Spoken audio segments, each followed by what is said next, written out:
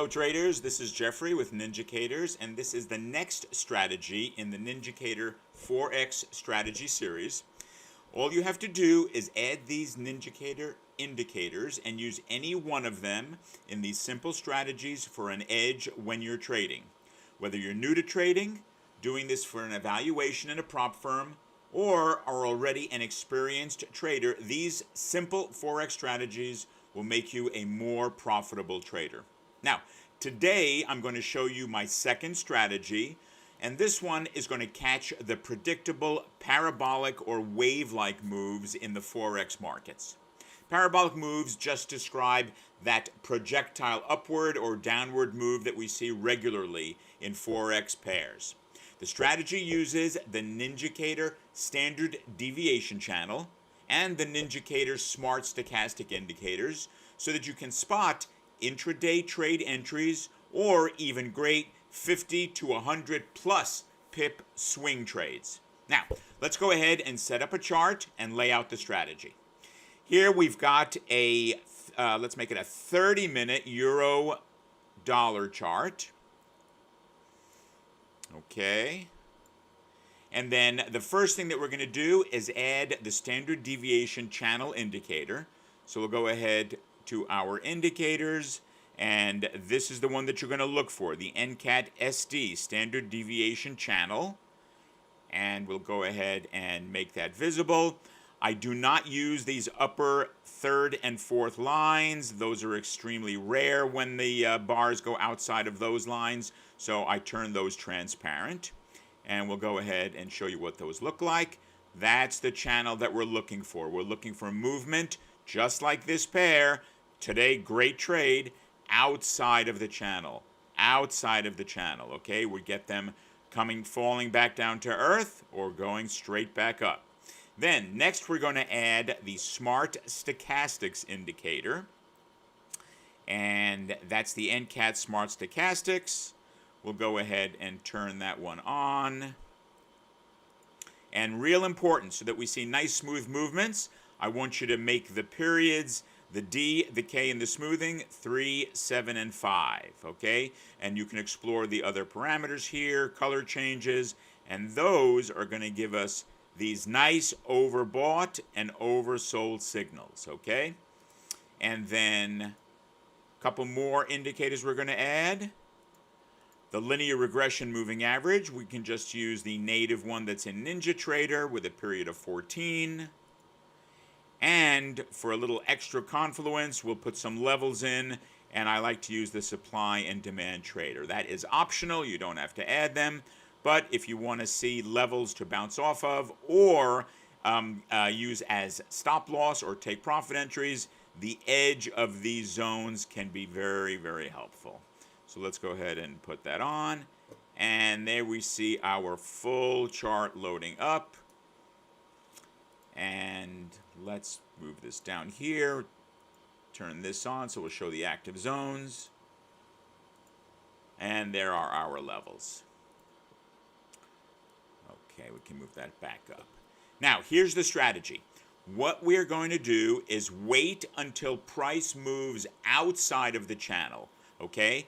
An outside bar, like this bar here. So long as it pierces the upper or the lower channel, doesn't have to close there. That's what we're looking for. And it needs to be in either an overbought or oversold condition. So right here, when we were outside of the channel, we were right in no man's land in the smart stochastic zone. So this would not have qualified. This bar, however, okay, was right after it being oversold.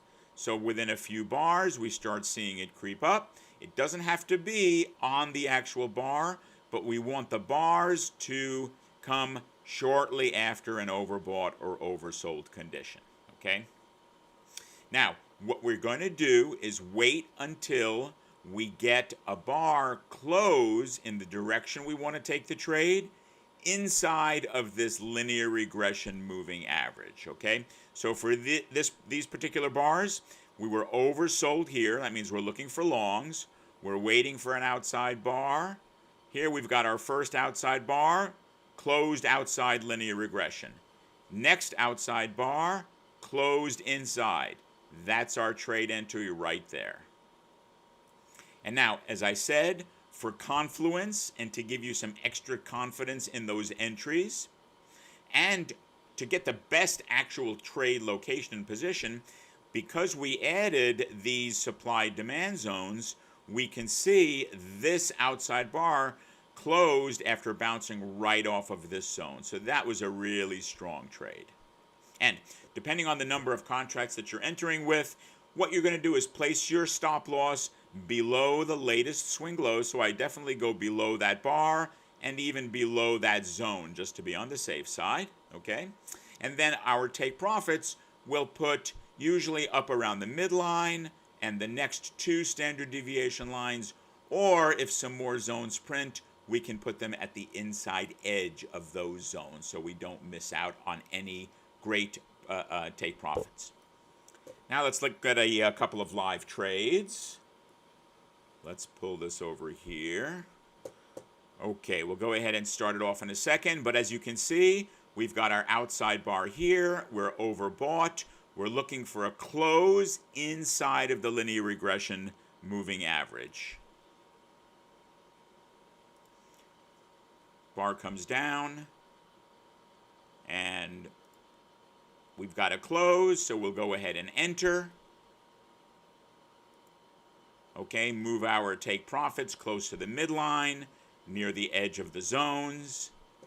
We'll move our stop loss down to the inside edge, the outside edge of that zone, outside of that latest swing high.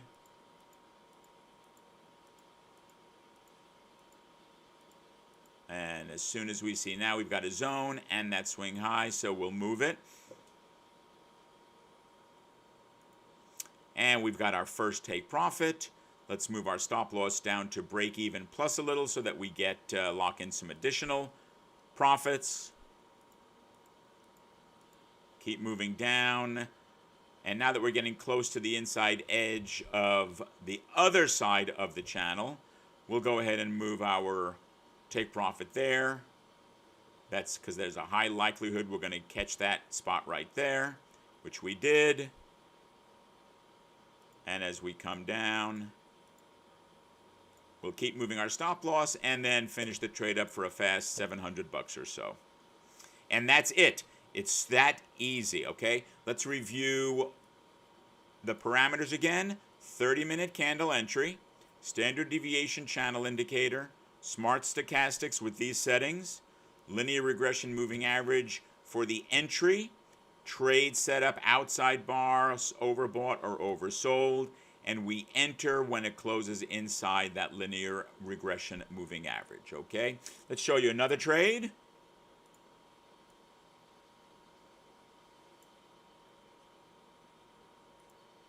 Okay, here we are oversold. We've got our outside bar. We're waiting for a close just inside that linear regression moving average. Adjust our take profits to the midline, near the edge of the zone at the next two zone areas. And let's go ahead and make sure our stop is well below the latest swing low to give us a little bit of breathing room. And right away we are in the money and we've got our first take profit, working our way up to our second. And by the way, we're entering here, these are 3 lots on the euro dollar, each one at 100,000 currency units on the NinjaTrader platform. But you can set it up so you can see the movement in currency and pips, whatever you'd like to do. You set all that up on the ATM. And let's see if we catch our second take profit or our second target, or we get stopped out. This is one good way of trailing. I like to move my stop all along with the linear regression moving average.